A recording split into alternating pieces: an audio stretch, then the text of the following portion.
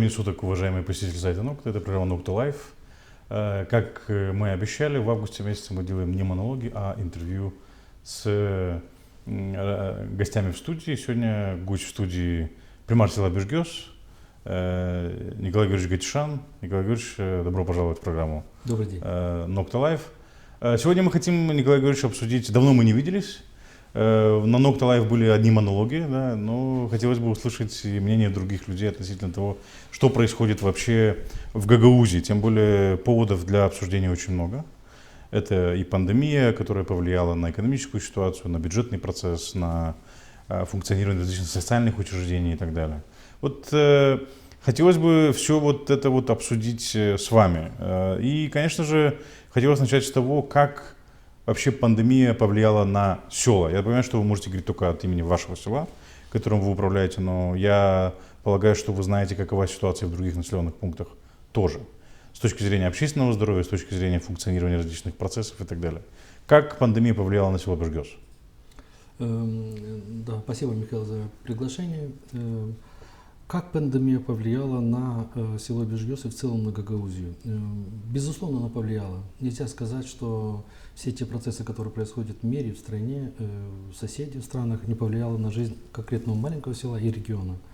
Вы знаете, но все чаще и чаще, чем дальше продвигается эта пандемия, тем больше задаемся вопросом, соответствуют ли те меры, которые принимает государство, местные органы власти, региональные органы власти, тем угрозам, которые как бы несет данное заболевание. Вы знаете, Всемирная организация здравоохранения ВОЗ, когда предприняла и объявила пандемию общую, да, есть какие-то же, конечно, нормы, которые предполагают. Одни говорят, 10% должно заболеть, другие говорят, что должно заболеть 5%. Да. Я хочу вам сказать, что при объявлении пандемии в моем населенном пункте из 3561 человека, да, на сегодняшний день заболевших 26 человек. Это по официальной статистике? Это официально, то, что зафиксировано, то, что есть. А неофициально? Это 0,73%. Неофициально, вы знаете, да, нельзя скрывать, что по всем населенным пунктам есть люди, которые официально в больницу не обращались. Тем более, если слышали и слышат, что больница закрыта, оказывает услуги, удивительные услуги, онлайн-медицинские услуги по телефону, да, или другие. Дистанционно, да, сейчас это очень самое. Конечно, безусловно, есть категория людей, которые не обращалась. Но я хочу сказать, что по Бежгёзу состояние на сегодняшний день из заболевших, к сожалению, у нас один человек, первый человек, который был зафиксирован, он ушел из жизни, но он болел действительно сопутствующими заболеваниями. Он неделю, несколько раз бывал в Камрате на гемодиализе, ситуация была очень сложная. По крайней мере, официально в справке о смерти фигурирует у одного человека смерть от ковида. Да. То есть по статистике ваше село выглядит очень даже красиво, да. Я так понимаю. Но село выглядит без пандемии еще краше, да, с пандемией тоже неплохо, надеюсь, да. Ну, вот, Нет, я имею в виду по статистике и цифрам по цифрам, да, да.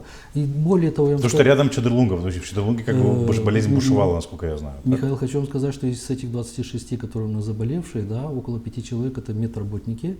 У нас село рядом, соседний город Чадырлунга, да, и очень многие люди наши работают в больнице. Кстати, там были медсестры и медики, которые заболели, вспышка была, помните, Чадырлунгская там, да, было, и вот оттуда тоже есть. Но на сегодняшний момент вот это, я хочу сказать еще одну фразу очень интересную, и надеюсь, что она найдет понимание. Вы знаете, из 26 человек заболевших, на наш взгляд, говоря, вот, беседуя с населением, беседуя со специалистами, каждый пятый, это около 20%, да, или каждый третий, это около 30%, нуждается в специальной реабилитационной программе.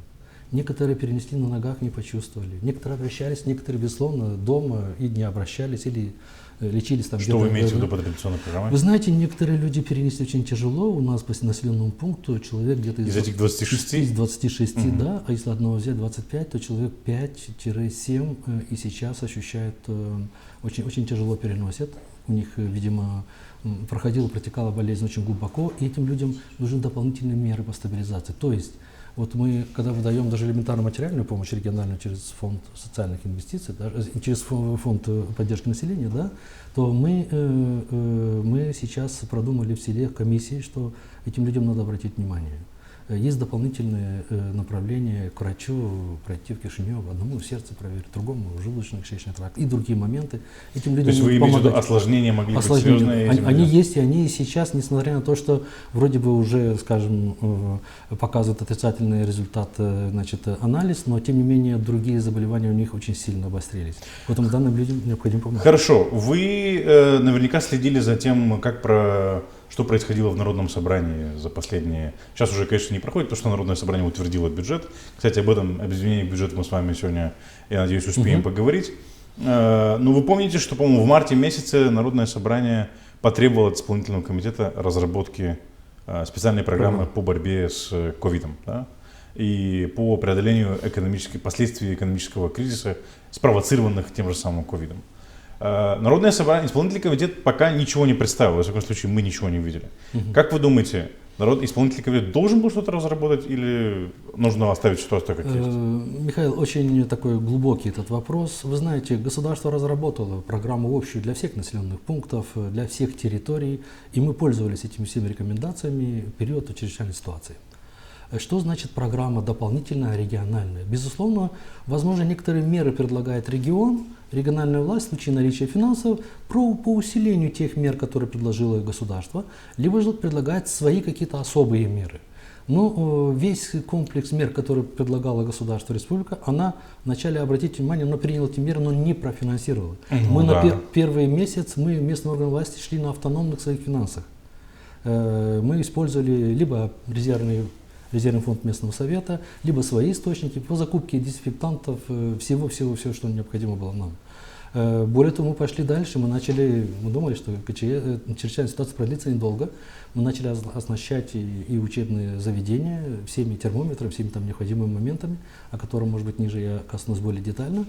Но государство на сегодняшний момент централизованно нам покрыло некоторый расход. Скажем, мой населенный пункт получил, я могу ошибиться на 1-2 тысячи, но где-то 32-33 тысячи на покрытие тех сиюминутных расходов, которые провело село. Ну, это имеется в виду дезинфектанты, конечно же, марля. Конечно же, это немножко мы на топливо поставили, потому что у нас люди, которые приезжали из России, приезжали из других стран, мы их, конечно, закрывали на карантин.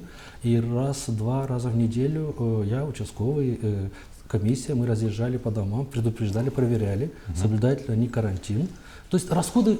Я понимаю, хорошо. А медицинский центр работал в это время? Центр здоровья? В это время медицинский центр был постоянно с нами в контакте. Он был закрыт. Значит, работники медицинские производили выезд на особый вариант. Особый случай, да. Если где-то мы уже знали, думали, врачи предполагали, что вот такая ситуация, да, температура и первично там некоторые признаки присутствуют. Безусловно, мы обращались в районный центр, где приезжала специализированная на тот момент машина, где работали люди, специализированно экипированные и тому подобное.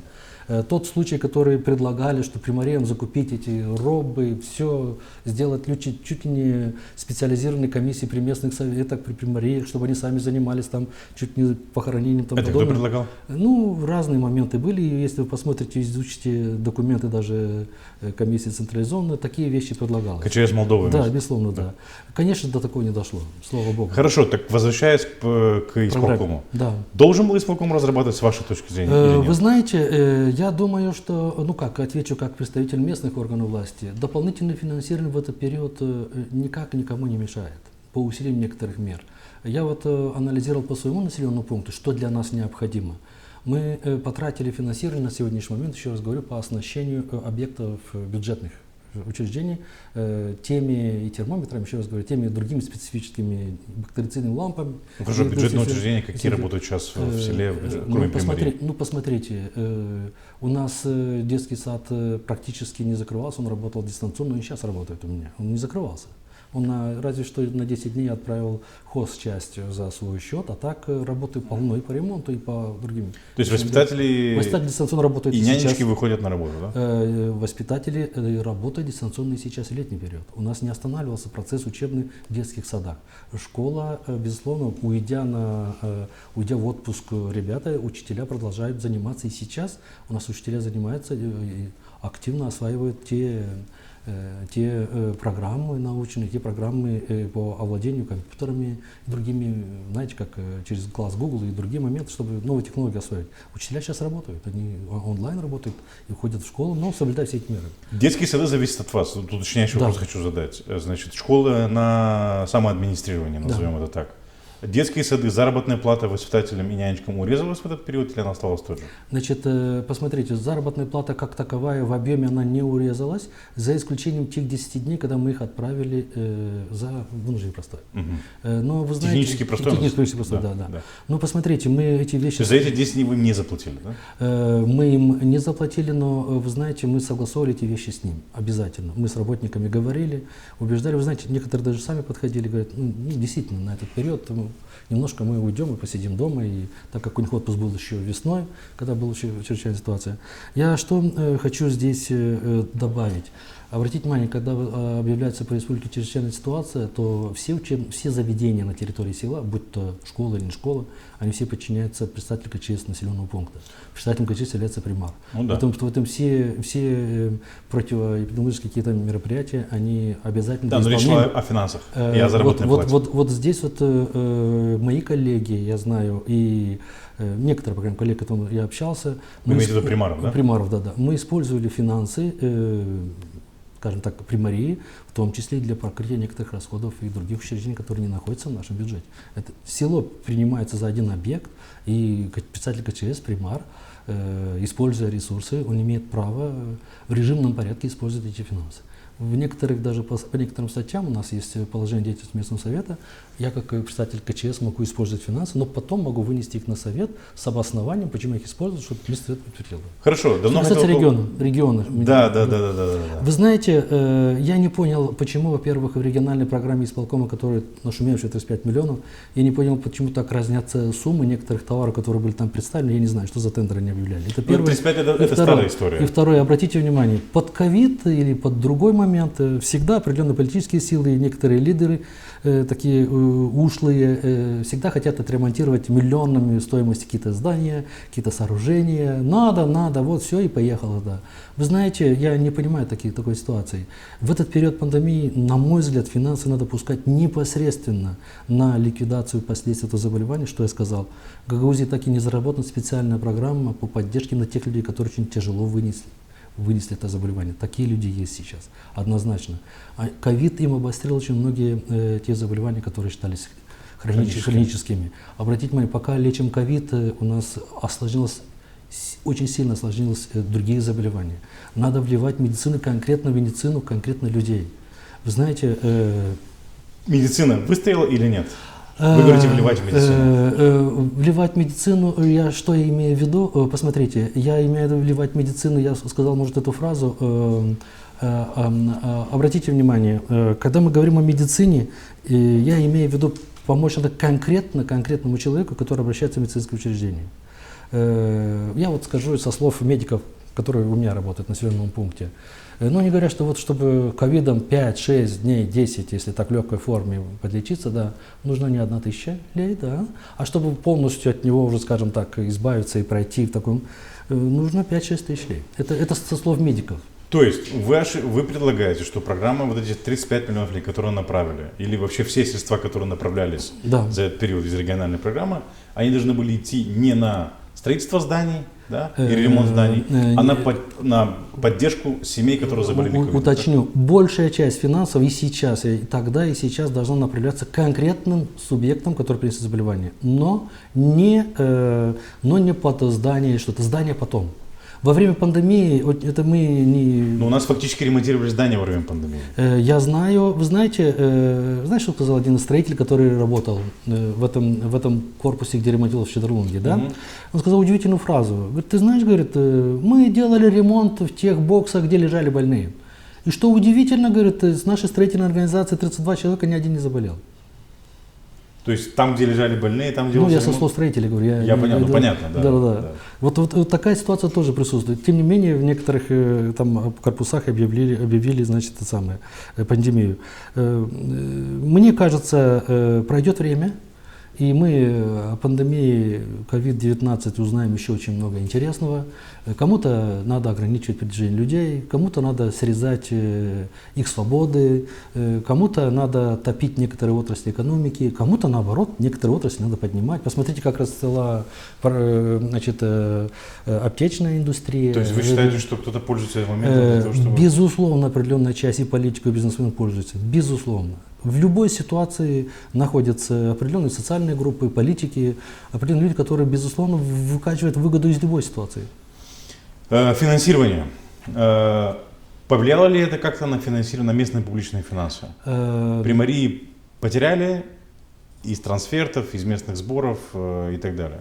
Значит, на сегодняшний момент, насколько я знаю, и еще раз говорю со слов тех коллег, с которыми я общаюсь, финансирование государства определяло в полном объеме. Мы недавно получили даже те недоданные трансферты за прошлый год. Нам не додали, смешная цифра, 3600 лей, но тем не менее... Ваши примарии, да? Его восстановили бюджет, потому что бюджетная система требует точного анализа, точных денег. Да. Что касается основных бюджетных средств, никакого урезания нет. Слышим, читаем, что в центре финансов нет, но тем не менее вот так вот. Что касается доходов, деньги поступают к вам, да? Да, трансферты поступают пока. Что касается местных налогов, ну вы знаете, я вам скажу одну вещь, Михаил, по разным населенным пунктам разная ситуация. У меня, допустим, таким содержащим предприятием в населенном пункте, безусловно, является сельскохозяйственное предприятие, которое практически обрабатывает до 85% всех земельных угодий. И от него идет и основной земельный налог, от него идет и подоходный налог, и крупные те статьи, которые содержат бюджет. На сегодняшний момент земельный налог более чем из 320-340 тысяч лей. Земельный налог не уплачен ни одним сельхозпредприятием. Здесь накладывается еще одна проблема, пандемия 2. Да, это, скажем, из Засухи то, что было, немножко градобитие было, но все вот эти вот ситуации, да, это потеряли первую группу, практически почти все. По разным населенным пунктам тоже по-разному. То есть 340 тысяч вы должны собрать в этом году? Мы должны были собрать, и они могли бы оплатить до 30 июня, используя 15% скидку. Да. Но ни одной копейки не поступило?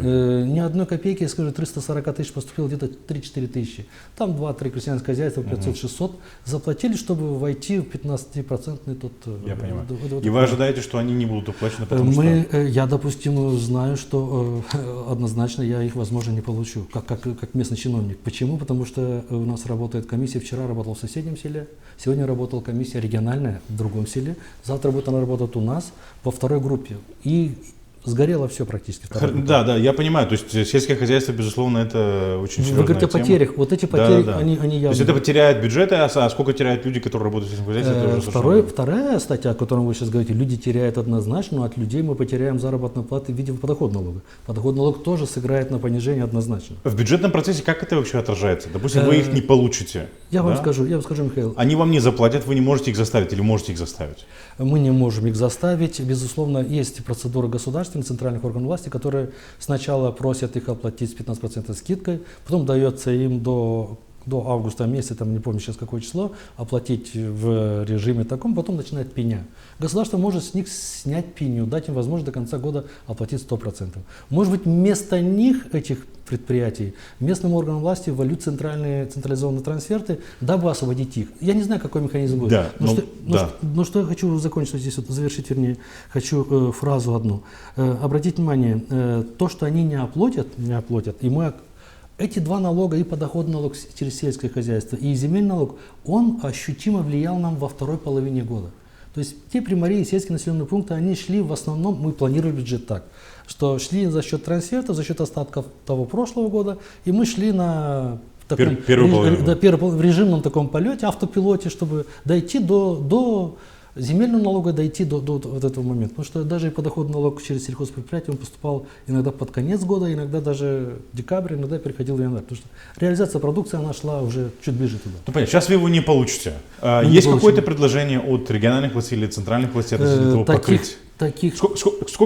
Каков процент вот этого земельного налога в доле собственных доходов примарии? Ну, давайте я вам по населенному пункту. Если учесть, что доля всех собственных налогов у нас составляет 1 200 000. Это половина бюджета, я так понимаю? Это вся собственные доходы мои.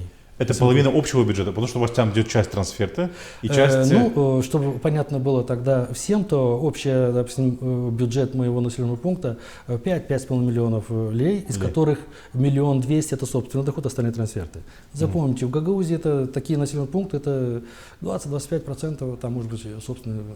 Собственно, отдачет на 5, да. Остальные на трансферты, но с разных трансфертов. Из этих 1 200 000, 340 000 только земельный налог. Только земельный налог. Если счесть подоходный где-то почти 200, то я от основного экономического агента получал получал. Они оплачивали практически около 500 000 лей. Это почти 500 000 лей. Это считайте, что 30-40% моего бюджета. Но еще раз говорю, ситуация в этом населенном пункте, где есть основное предприятие, сельскохозяйственное предприятие, которое содержит в том числе и бюджет, такая ситуация. В тех населенных пунктах, где есть перерабатывающая промышленность, если они сидели тоже на переработке сельхозпродукции, то ситуация будет аналогичная. Да. Но если есть какие-то парфюмерные, скажем, предприятия в Тамае, может оно, хотя и запах пропал у многих, да, но может быть оно еще продолжает получать... Обоняние вы имеете, обоняние, как один из основных... Да. Каких моментов? Ну вы же говорите, что не у всех, всего лишь на все 26 человек. Я думаю, что с обонянием ситуация намного хуже. Я понимаю. Да. Программа региональных инвестиций, как она изменилась? На сегодняшний момент, значит, каких-либо запретов или не проведения каких-либо работ до моего слуха, скажем, не доходило. Программы они продолжают реализовываться, и потому что данные программы они шли за счет тех остатков финансовых средств, которые были еще в прошлом году заложены были. И в принципе в целом программа была, региональный фонд региональных инвестиций, он был небольшой, да? Небольшой. Это несчастные, я говорю, несчастные по сравнению с теми финансами, которые есть, это в пределах 20-27 миллионов лей. Это небольшая сумма, если учесть, что на повязке предполагалось 35 миллионов. С этой точки зрения пока нет, капитальные инвестиции, они осваиваются при мариях. Более того, мы пытаемся освоить и дорожный фонд свой, который целенаправленно идет с республики. Каких-либо документов или каких-либо других сигналов, подтверждающих, что вы не осваиваете, эти деньги в этом году не поступят, до нас, до примарии не дошло. Значит, мы их выносим на торги, на тендера и пускаем в производство. Хорошие дороги 3, как оно называется сейчас, вот, через республиканский фонд, то, что предполагалось распределить по населенным пунктам. И их тоже сейчас пытаемся освоить, они тоже в планах есть. Каких-либо сигналов нет. А они даются вам, как хорошие дороги 2, нет, централизованно, скажем? Централизованно. Значит, так это же нарушение местной автономии. Ну, вы знаете, Михаил, если мы сейчас начнем тему нарушений местных, то мы дойдем сейчас до очень интересных таких позиций. Но, значит, дорожный фонд, дорожный налог, он идет к нам, поступает на счета, мы проводим тендеры, оплачиваем мы. Хорошие дороги, скажем, региональные. Региональная тоже действует программа по населенным пунктам, где там у кого там 500 метров, у кого 600 метров, кладут там асфальт или что-то такое. У нас в населенном пункте в нашем присутствует такая программа. 1 миллион она будет освоена в сентябре месяце. Конечно, я читаю один из сайтов гагаузских, и когда слышу, что в один из населенных пунктов исполком пустил в этом году около 6 миллионов, у меня, конечно, возникает вопрос. В один населенный пункт пускали 20, сейчас в один 6. Почему? А в какой? Ну, вы читаете. Не хочу делать рекламу, значит, какой-либо... Своему коллеге из другого села? Да, другого села. Нет, сайту, который это публикует. Нет, так вы не говорите не про сайт, вы скажите населенный пункт. Да, населенный пункт. Ну, вы прочитаете недельные давности и узнаете, да. Где ремонтируется более 1,5 километра. Это городской или сельский населенный пункт? Сельский населенный пункт Камрадского района. Этого достаточно? Нет. Можно сказать даже, почему именно Камрадский или почему именно данный населенный пункт. Потому что и примар, и, значит, некоторые аффилированные люди состоят в определенной партии. Еще что-то сказать? Ну, нет, я понимаю, конечно. Тут очень многие... То есть то, что происходило когда-то, либо где... Это очень больная тема, Михаил, использование региональных финансовых средств. Основная эта идея, которая закладывалась, использование региональных гагаузских средств, когда в 2015 году поменялся закон, какие идеи мы преследовали? Да, деньги остаются в Гагаузии, ура, все налоги здесь. Нам надо разработать механизм, который позволит нам очень справедливо, точно, без всяких обид распределять эти финансовые средства по населенным пунктам под региональные проекты. Под региональные проекты нужно что? Нужны определенные законодательные инициативы, которые позволят местным органам власти на основе этих законов исполнять. Вот отсюда и КАП инвестиции, вот отсюда освященное село, вот отсюда у нас и потом пошло здоровое поколение, но на этом остановилось. Первый год и остановилось. Хорошо, но фонд региональных инвестиций в этом году, на удивление, я не знаю, по-моему, где-то мы уже поднимали этот вопрос. Если в прошлом году или год назад, или 2 года назад общий объем фонда составил почти 120 миллионов лей с учетом корректировок там за последние, то в этом году, причем там бюджет был там 800 миллионов лей, бюджет Гагаузии в целом, то в этом году они прогнозировали, ну, до пандемии на уровне миллиарда лей бюджет Гагаузии. Общий бюджет, да. Общий бюджет. И всего лишь навсего 25 миллионов лей на фонд капитальных инвестиций. Почему так мало? Почему такая Михаил, диспропорция? ответ лежит практически на поверхности. Первый год, если мы освоили только прямых 50 миллионов, а оно пошло сегодня потом 70, наши называют, что 70 местные органы власти, а еще половину осваивал исполком. Ну да, это понятно, Поэтому да. мы вышли за 100 миллионов тогда. Ну, вы знаете, я хочу сказать, не знаю, насколько вы сможете эту фразу пустить, но, знаете, некоторые элементы аферизма в регионе введены в рамки региональной политики. Я скажу об этом очень просто. Посмотрите, когда первый год у нас было почти вот 70... Мы ничего не вырезаем, Николай. Да. Ильич. Если 70 миллионов потратили, ну, поделили 50 местным органам 50, то во второй год вы посмотрите, что получила Гагаузия бюджет. Вы просмотрите. Не было, и вдруг во второй год в регионе появилось, я насчитал 14, а еще там 3 можно подыскать, да. Это фонды, которые были созданы в рамках Гагаузии. Я писал об этом, и вы, наверное, читали. Ну да, конечно. Фонд Ну, это поддержки в основном материнства, социальные фонд фонды, социальные фонды. Знаете, Да. 14 фондов, где исполком что сделал? Исполком взял эти деньги тихонечко, в регионе взял и забил через решение Народного собрания бюджетом, забил в региональном бюджете, тем самым остаток, ну какие там несчастные 25 миллионов там оставили местным органам власти. Я считаю, я вот эту политику называю аферизмом. То есть мы просто проедали деньги вместо того, чтобы вкладывать Не в то, что развитие. проедали, посмотрите, идея-то была, еще раз говорю, на чем была основная идея? Деньги должны распределяться по населенным пунктам. Я глубоко убежден, что в регионе надо оставлять 2 миллиона лей. Говорю, конечно же, с сарказмом. 1 миллион народному собранию, 1 миллион исполкому. Все остальные деньги должны распределяться Ну, правильно, по тем бюджету.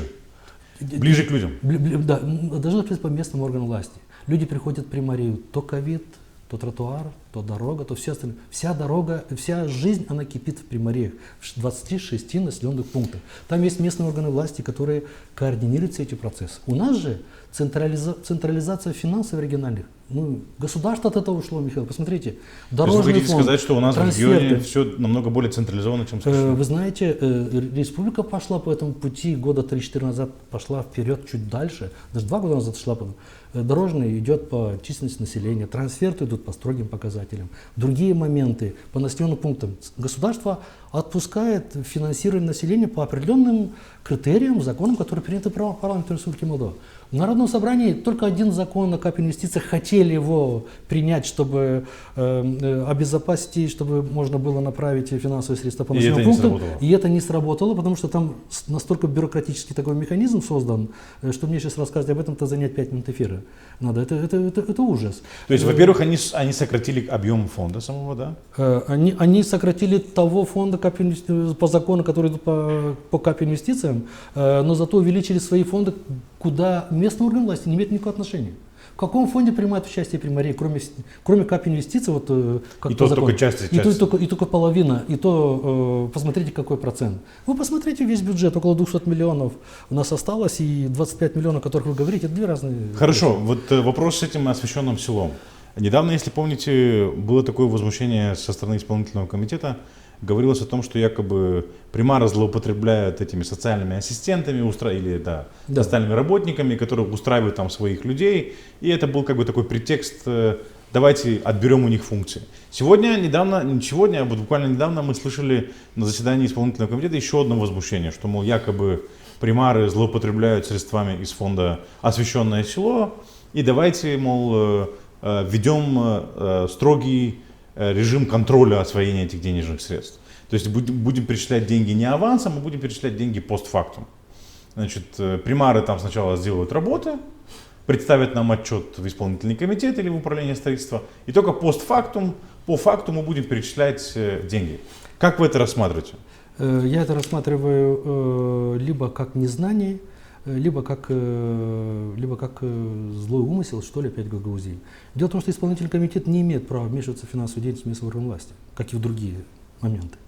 Местные Оно не органы- имеет права, но по многим Нет, мы не говорим о том, чтобы они не совали свой нос туда, куда не надо. Нет, мы всегда говорили, что народное собрание, либо исполком в Гагаузии вправе осуществлять некоторые надзорные функции, контрольные функции. Если деньги были перечислены на какой-то проект, да, они вправе проверять однозначно, но они не могут указывать. Посмотрите, начали пускать на каждого жителя по 7 лей, потом спустили до 5 лей на каждого жителя, освещенное по село. программе освещенного По села. программе- То есть они сократили ее фактически. Да, они сократили, да. Теперь посмотрите как. Почему? На что? Везде все освещено? или? Нет, вы знаете, тем не менее, большая часть населенных пунктов в большинстве своем они освещены сейчас, но я говорю о другом. Когда программа начиналась, каждый населенный пункт находился на своем этапе развития. В одном населенном пункте было за счет собственных средств освоено до 90% освещения, я говорю о моем селе. Да? В некоторых других населенных пунктах степень освещенности была 10%, 12%. Когда начали опускать на каждого жителя финансы, безусловно, населенный пункт, который находился по некоторым этапам дальше в развитии, оно, конечно, засветило 100% всего. Оно не может дальше тратить именно на эти цели. Но тогда выходит, что данный населенный пункт должен прекратить получать финансирование по этой программе, да, и другой населенный пункт должен продолжать получать. Но у нас есть другие программы, где мы отстаем. То есть только три проекта, которые были запущены: здоровое питание, там освещенное село и закон по капельным инвестициям, оно не предполагает той идеи, завершения той идеи, которая была. Если деньги выделились на это село из этой части, местные органы власти примарно не имеют права, но на основании решения местного совета. Ну а что, если у нас отсутствуют тротуары? Если мы сделали освещение, если там свет есть, но там тротуара нет. Если решение местного тогда ставьте совета... столбы там через 2 метра, через 1,5. Ну, тогда выходит, что если, чтобы освоить деньги, нам надо, извините, подход с каждой собаки фонарь поставить. Ну, это же абсурд полный. Не так надо действовать. И возмущение одного клерка исполнительного комитета, начальника одного главного управления, что вот мы будем заходить в населенные пункты и проверять, почему там примар эти деньги отвлекли. Видимо, этот человек не знает, что примар не может сам отвлечь эти финансовые средства, потому что мы задаем в исполком всегда программу. Вот мы хотим эти деньги вот так и так и так потратить. Мы их должны тратить. И если местные органы власти получили определенное финансирование в этом году на тот проект, на этот или на этот, если они успели на какой-то проект привлечь даже дополнительные средства из других источников, почему местные органы власти не могут потратить эти деньги на другие благородные цели, которые есть в населенном пункте? Согласитесь? Ну, Безусловно, может, я не спорю. Это полный... Ну, хорошо, тогда, получается, эти инструменты сделаны таким образом, что ты не можешь их... Они не гибкие, так? Безусловно, они не гибкие. И вы знаете, Михаил, я вам здесь хочу сказать, что спасибо за вот этот вопрос. Вы знаете, все-таки основная жизнь, продолжаю это утверждать, течет в населенных пунктах. И ни один политик в Кишиневе, ни один политик в регионе, если он не поймет, что надо пробуждать местные органы власти, будь то местные советы и примарии, во исполнении очень многих дел, в государстве порядка в области финансов и других моментов не будет. Потому что местные органы власти, они на местах работают перед людьми каждый день. Я вас уверяю, что если вы даже проанализируете 26 населенных пунктов и примаров этих населенных пунктов, у нас очень опытный коллектив. Кстати, выборы подтвердили, это посмотрите с первого раза, сколько примаров подтвердили свои мандаты. Это люди опытные. И я вас уверяю, что этой программы, даже многие социальные программы, которые идут в обход местным органам власти, да, оно создает очень много проблем. Вы посмотрите, как охотятся за нашим регионом политические партии, некоторые, скажем, центральные. В регионе Гагаузия есть финансовые средства регион, которым располагает и тратит определенный человек, который находится в региональной власти. И он абсолютно не обуздан ни контролем со стороны Народного собрания, ни со стороны местных органов власти. Обладая такими финансовыми средствами, нас будут пытаться и используют по всем статьям. Хорошо, только Это политически очень, мне кажется, это посягательство на безопасность Гагаузии. Это факт. Что именно? Что именно? Именно вот такая конструкция финансовой пирамиды в Гагаузии. Нужна децентрализация финансов однозначно по всем населенным пунктам. Ну, нужна система контроля, ее, вы сами сказали, ее нету. Народное собрание должно... А что, система контроля существует за расходами исполкома? Нет. Ну, это полный, конечно, да, безусловно. За местным органом власти еще контроль есть. Потому что государственные законы, центральные законы, скажем так, будто все деконцентрированные службы, будто и прокуратура, и финансовый контроль, и все остальное, они проверяют местные органы власти. Как только заходишь на проверку какого-либо регионального института, тут же поднимается национальный вопрос. Есть много о чем говорить, но думаю, что... Согласен. Я думаю, да, в этом направлении нужно работать. Да. Я бы хотел коснуться, кстати, тоже вопрос, связанный с контролем. Пшеница. Да. Резервный фонд. Мы с вами упомянули, что, в принципе, как бы скоро засуха. Я не знаю, насколько та пшеница 2300 тонн, которые были в закромах Гагаузии, еще в 2015 году сколько-то пшеницы хватило бы для того, чтобы обеспечить как бы людей, обеспечить продовольственную безопасность тогда, когда нужно было бы, когда будет необходимость. Надеюсь, необходимости не будет, но значит, вся эта эпопея, вы наверняка следили за тем, да, что как бы Траган, председатель комиссии по сельскому хозяйству, заявил, что 2000 тонн должно быть, потом сказал, что фактически их нету, потому что они на обновлении. Он зажег. Да, он зажег, да, он дал искру такую, ушел. да, и ушел, и исчез. Исчез, да. И вот сейчас последний, буквально недавно его увидел на заседании на значит, собрании Министерства сельского хозяйства с сельхозпроизводителями в селе Чешмякой. Так вот, теперь, конечно, исполком сказал, что, ребята, у нас только 800-400 килограмм, 840 килограмм, то есть как бы, а где остальные 1500 тонн, исполнительный комитет не сказал. И исполнительный комитет, как вы знаете, принял решение раздать эти 840 тонн пшеницы примариям, чтобы примары дальше не знаю, что с ними делали.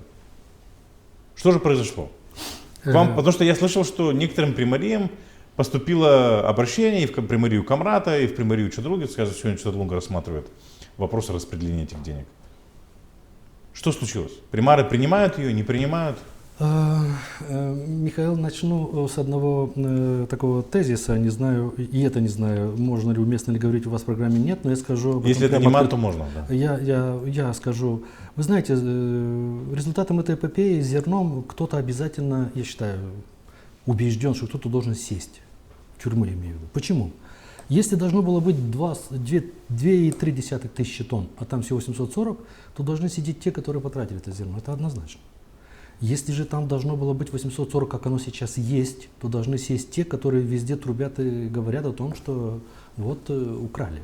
Тут явно кто-то должен однозначно понести наказание. То есть вы считаете, что был факт хищения? Я считаю, что я не обладаю материалом до конца, но судя по тем материалам, которые есть, по видеозаписям, которые я тоже отслеживал, как говорил, где когда говорил господин Чебан, где когда были отчеты исполнительного комитета, даже если отчеты отсутствовали, то каким-то образом появилось в резервном фонде 1 200 000 лей, вроде бы за продажу какого-то зерна, как они продавали, непонятно, это запрещено продажа.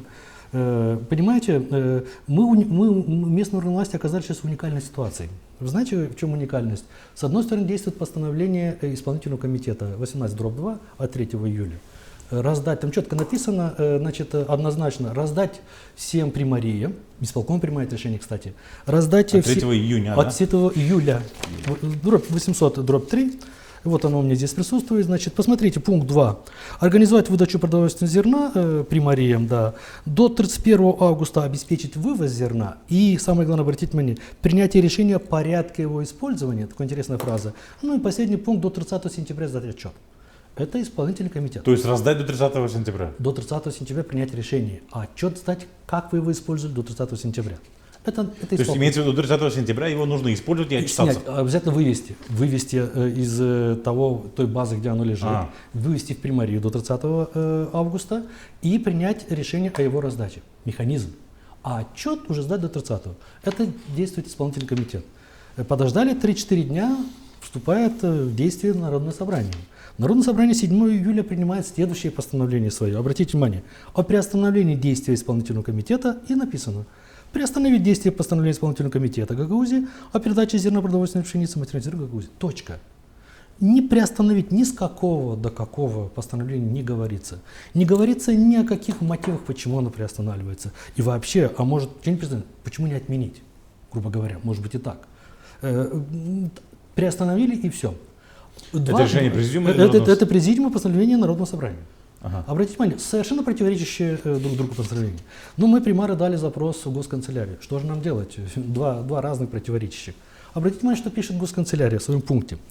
На основании пункта 25 вышеуказанного положения государственных материальных резервов Гагаузии решение об отпуске материальных ценностей из госрезерва принимается исполнительным комитетом Гагаузии по ходатайствам органов центрального и местного публичного управления или других экономических агентов. То есть резервный фонд, находясь в подчинении исполнительного комитета, к нему должны были обратиться по ходатайству моя примария, мой местный совет, экономический агент моего населенного пункта, чтобы помогите нам из резервного фонда, потому что у нас бедственное положение такое-такое. Безусловно, должен был принимать решение по этому поводу исполнительный комитет. Исполнительный комитет, я не знаю, есть ли такие ходатайства или нет, под Бежгрёза, по крайней мере, не поступало. Оно взяло и раздало всем примариям. В том числе и вам хочет В раздать. том числе и нам, ну как раздать, оно нам передало 19 тонн 600 с чем-то, ну почти 20 тонн. Оно определило, что это принадлежит Бежгиозу. Вот, пожалуйста, выводите и... Но вы не просили. Как бы. У нас не было ходатайства по этому поводу. Теперь посмотрите, что получилось. То есть нравится, не нравится? Нет, нравится, берет. Вы знаете, теперь получился вопрос. Некоторые примарии говорят, что будем делать? Брать, исполнять решение исполнительного комитета, не брать, исполнять постановление Народного собрания. Как? Брать или не брать? Я спросил своих жителей, я провел публичные слушания, коллективы, подключил совет старейшин. Брать, не брать? Вы знаете, что мое население говорит? Обязательно брать. Обязательно брать. И не только то, что дают, а потребовать еще раз дать те полторы тысячи, которых нет. Ага. Этих, то, и, пожалуйста, еще там 1 200 000, которые в резервном фонде есть, их тоже раздать. И главное, почему, говорят, их не останется. При таком течении обстоятельств пусть нам они раздадут, исчезнут. да. Пускай раздадут нам, а мы уже, жители, будем определяться. Гражданин говорит, я получу это зерно, или сколько там мне полагается, я помогу соседу или бедной семье, но я буду знать, что я раздал своими руками то, что есть, а не украдено и нет. Вы знаете, имидж Гагаузии поражен коррозией вот этого взаиморазбирательств до необходимости. Хорошая гагаузская есть пословица «Шамари алнысы патламыр», да? Видите, если 2, то хлопок-то Да. понятно. Поэтому это надо понять 2 ветвям власти однозначно. Еще раз говорю, 2, потому что не хватает 3-го. Не хватает местных органов власти здесь. Я думаю, что в Гагаузии нарастает этот процесс, когда местные органы власти, я имею в виду примарии и местные советы, должны сказать свое веское слово. И в политических вопросах, и в экономических, и в финансовых. А смогут? Я думаю, что смогут. Я думаю, что смогут, и я сразу через вашу передачу хочу сказать, что та партия центральная, которая это прочувствует, она будет иметь огромный успех в Гагаузии. И не только в Гагаузии, а на всей территории Республики Молдова. Поверьте, это будет так. Прочувствует боль местных органов власти? Боль местных органов власти, потому что только местные органы власти, я уверен в этом, могут наладить ситуацию в регионах, да, и они смогут организовать. Вы знаете, все больше и больше людей понимают, что гречка, галоши и все остальное не спасут. Нет, нужно Да, развитие. Нужны, вы знаете, очень хорошая фраза мне понравилась одного клерка. Он сказал, что надо выбирать умных людей, потому что с ним можно спорить, можно с ним соглашаться, можно не соглашаться, но, по крайней мере, с ним можно решать дело или отказаться от какого-то дела. Если вы выберете дурака, то его можно только подкупить. Других моментов нет. Поэтому зерно вот такая ситуация. Поэтому по Бежгиозу определено, что зерно надо получать. Мы приняли решение, что мы его фундаментально, каждый гражданин, житель села на момент 1 января, который у нас проживал, был прописан в населенном пункте, получит свою долю зерна, это факт. Да. Но мы сделали анализ, поговорили с населением, они обязательно у нас распишутся в наших ведомостях получения этого зерна. Это подтвердит факт того, что они это зерно у нас получили. Да.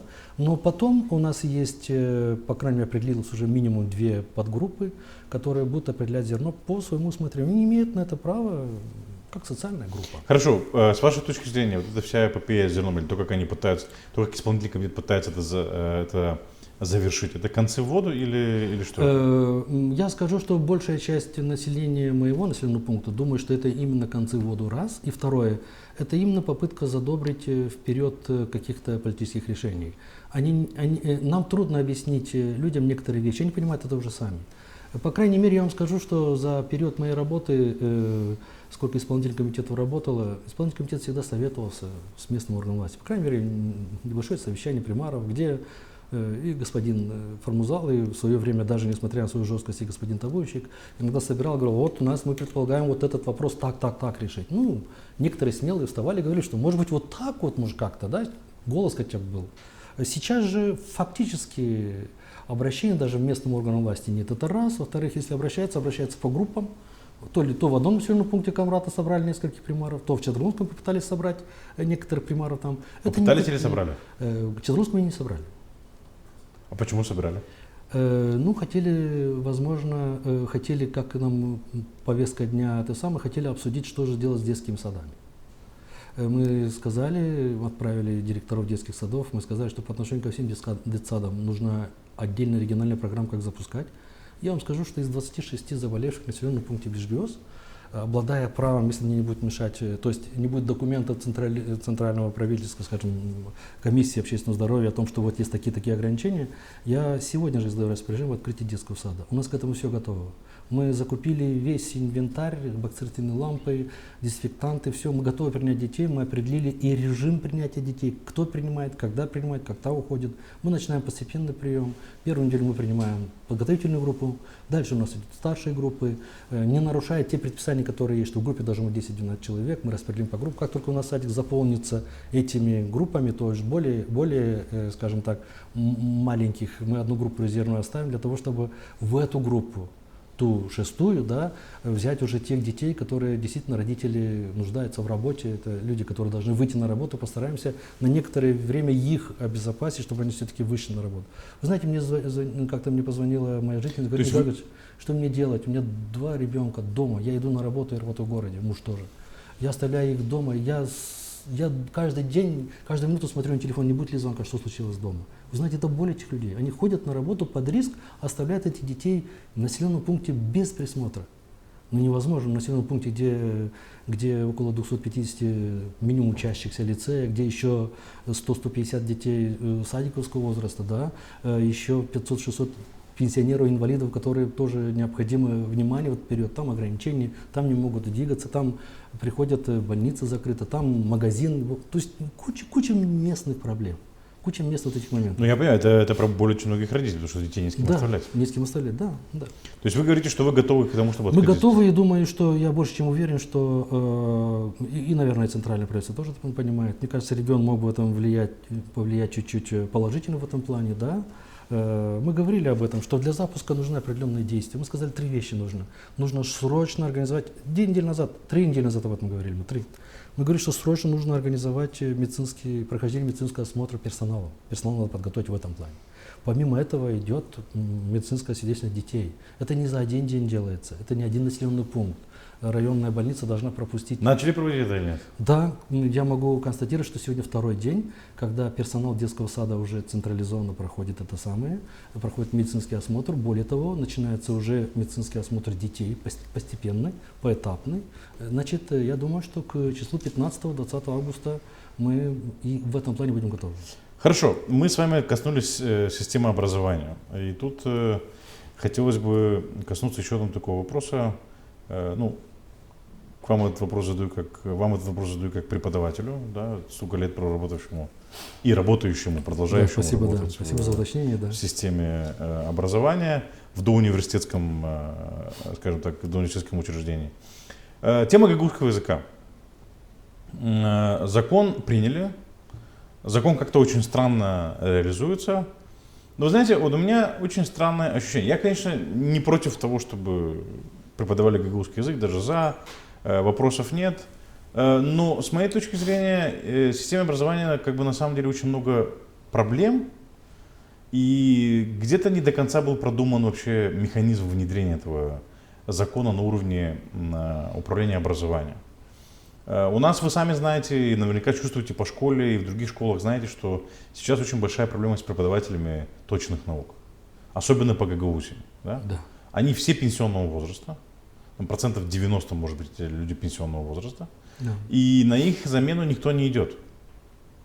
И здесь внедряется программа изучения гагаузского языка, с моей точки зрения, отчасти дискриминационная, да, по которой предлагает, что хочешь преподавать на гагаузском языке, заяви об этом, да, и мы тебе удвоим заработную плату.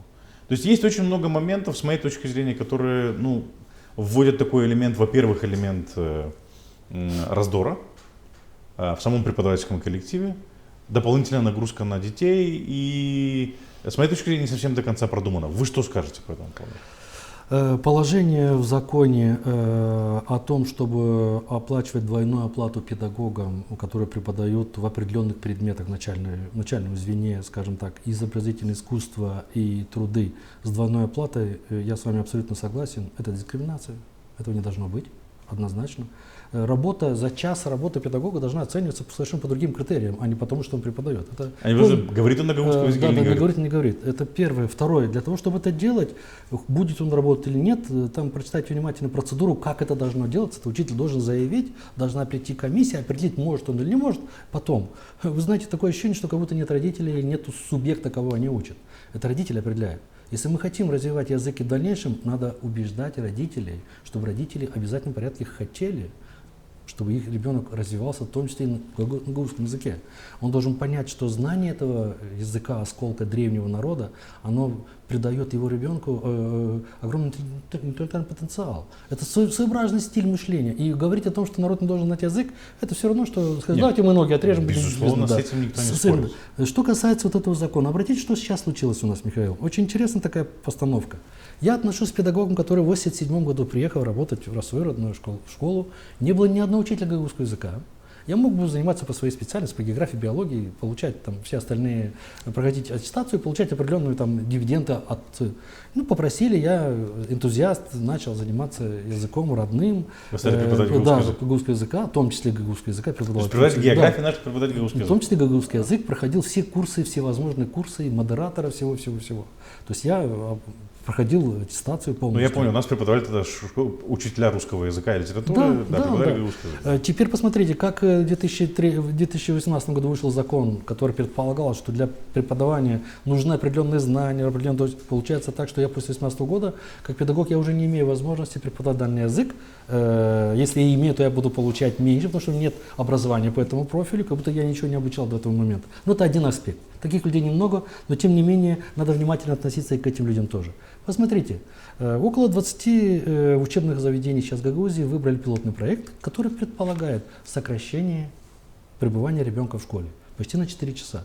Вы знаете, он связан с гагаузским языком или не связан? Это не было связано с гагаузским языком. Посмотрите, что предполагалось. А почему это пилотный проект? Сейчас я постараюсь быстренько объяснить. Предполагалось сокращение пребывания ребенка в школе. Я приветствую такой подход. Детей действительно надо разгружать. С 8 до, я писал об этом, с 8 до 15 часов, это нагрузка 30-35 часов для ребенка. Взрослый имеет 40-часовую трудовую неделю, а ребенка мы нагружаем только уроками, 35 уроков в школе, да еще и домашнее задание. Это больше работы, чем тоже педагоги. Да, надо сокращать. Посмотрите, что в этом пилотном проекте предлагается. 4 часа. Я вам сейчас скажу очень... 1 час предлагается убрать русского языка, неделю. Язык преподавания на всех предметах. То есть вместо 7 часов, сейчас я не помню, 6 или 7 часов в неделю предполагается оставить 6 или там 5. 1 час убрать. То есть 6-7 недель это гораздо меньше, чем было, допустим, 10 лет назад, да? Ну, если сегодня предполагается на 1 час уменьшить русский язык, то это меньше, чем было вчера. Дальше. Гагаузский язык. У нас недельная нагрузка была 3 часа гагаузского языка, 1 час история традиций. При том периоде, когда господин Пашалы возглавлял наш научный центр имени Маруневич, наконец-то выродились некоторые учебники по преподаванию как раз этой истории. Предполагается этот час убрать и все темы этого предмета вклинить в те 3 часа гагаузского языка, то есть убрать предмет история традиций. Да. Идем дальше. Предполагается в начальном звене объединить, как раз те предметы объединить, которым предполагалось платить двойную зарплату тем учителям. То есть труда, там, изобразительного искусства, объединяется в один предмет. Да, уходим от некоторых. Вам не кажется странным, что, ну, во-первых, гагаузский язык, ладно, история традиций, как-то я могу понять, почему именно этот предмет, да. Но я всегда говорил, что язык преподавания, народ, для которого русский язык не является родным, то есть гагаузы, да, и болгары, кстати, все остальные народы, он должен изучаться очень пристально, да, вместе с родным языком. И сколько часов родного языка оставляют? Оставляют только 3. 3 языка и было, да, в неделю, 3 часа и было, плюс 1 час имелся история традиции культуры. 4. Теперь история традиции культуры уходит те 3 часа. То есть тема, говорит, вы там будете преподавать, вы будете преподавать в течение этих 3 часов. И самое главное, что этот вариант выбирают школы, 20 школ выбрали, по согласованию с родителями. То есть фактически остаются те же самые 4 часа. Это 3 часа самого языка. 3 часа остается только. То есть, да, 3 часа, и плюс изобразительное искусство труда, объединенное на гагаузском языке. Да, кто пожелает. Кто пожелает. И комиссия придет, проверит, и, возможно, оплатят двойную оплату с нарушением Конституции, да. То есть фактически, да, оставляют, но 3 часа однозначно оставляют, да? 3 часа гагаузского языка остается. В некоторых школах... Во всех школах или только пилотная? Только пилотные 20%. Остальные, вы знаете, войти в пилотный проект принимали не все учебные заведения. Я сказал, я сейчас точно могу ошибиться, их около 47, что ли, у нас в учебных заведениях, из них 20, почти половина, да? Вот они приняли решение, но они принимали решение на педсоветах и по согласованию с родительскими комитетами. И, как было сказано недавно, если данные пилотные проекты значит, покажут свою живучесть, эффективность, да, то по всей Молдове такое сокращение не пойдет. Безусловно, сокращать надо, но какие предметы сокращать и как, это надо очень осмотрительно делать. Хорошо, а что же с преподавателями точных наук? Вы знаете, это катастрофа. Катастрофа. Камбрадский университет не занимается подготовкой учителей химии, физики, значит, информатики. У них математика, информатика что-то есть. Да, математика, что-то попыталось. Я слышал, как-то ректор сказал, что они постараются до сентября эффективно этот вопрос внести и начинать набор. Но для того, чтобы осуществлять набор, надо провести огромную работу с теми выпускниками, которые были. Но мы огромную работу не видим. Мы определенную работу мы не видим. И я вообще вам скажу, вы знаете, имея такой потенциал, Народное собрание, имея свой исполнительный орган, имея свой научный центр, который почему-то до сих пор не вошел в один образовательный блок вместе с университетом, да, имея такой потенциал организационный такой, да, мы не можем выкарабкаться из этой ситуации. Мы так и до сих пор не вернулись к проблеме создания своей национальной школы, которая предполагает национальный колорит, сочетание предметов, часов и всем остальным. Мы не вернулись к этому. Вы знаете, Михаил, мне кажется, никому до этого нет дела в регионе сейчас здесь. Это очень большая проблема. И обратите внимание, с уходом очень многих титанов гагаузского языка, да, в последнее время у нас не осталось, в принципе, специалистов в этой области, которые толкали эту идею, и писателей, которые... Ну, Камбрадский госуниверситет не выпускает специалистов на русском языке. Ну, вы знаете, писатели, все остальные зарождаются там, где есть язык, не только в школе. Он развивается, он в быту, он везде. То есть ваш приговор, то есть я так понимаю, что закон о изучении, расширении сфер гагаузского языка реализуется достаточно таким очень странным образом. Во всяком случае, очень странным образом. Механизма, насколько я знаю, Народное собрание принимало механизм реализации данного языка, но я не вижу, я вообще не чувствую реализацию этого закона.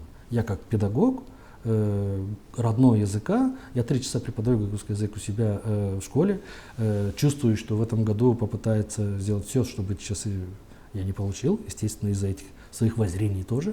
Да, хочу вам сразу открыто об этом сказать. Но я как-то... То есть давление по политическим... Ну как, вы знаете, высказываю открыто свои мнения, но я не вижу субъектов, которые могли бы заняться защитой языка, а язык всегда защита предполагает не просто эфемерное «давайте спасем гагаузский язык». Надо говорить с теми людьми, которые еще горят этот язык развивать. А на этом языке пишут, на этом языке говорят, красоту этого языка внедряют. Это и певцы, это и актеры, это все остальное. 2 автобусами нужно спасать театры, это однозначно. Нужно еще очень много других вещей, которые необходимо делать для развития языка. Без языка мы просто вымрем, мы потеряем ту основу, ради которой мы создавали регион Гагаузии, это факт. Николай Григорьевич, я благодарю вас за то, что вы пришли к нам сегодня. Благодарю вас за те ответы, которые вы дали и ответили на наши вопросы. Надеемся, что ситуация улучшит, мы остаемся оптимистами, улучшится. Во всяком случае, каждый из нас делает все, что может. Мы освещаем, вы управляете в населенном пункте, преподаете в школе. Надеюсь, и в области гагаузского языка ситуация изменится. И в области местных публичных финансов, из пандемии как можно скорее, скажем так, нас покинет. Я надеюсь, Михаил, что оптимизм в моих словах вы увидели. А если недостаточно, то, поверьте, оптимизм у меня тоже присутствует, как и у вас. Спасибо. Благодарим вас за то, что вы были с нами. Заходите почаще на сайт Нокта и смотрите наши видеопродукты, монологи и интервью с гостями в студию. С вами был Михаил Циркель.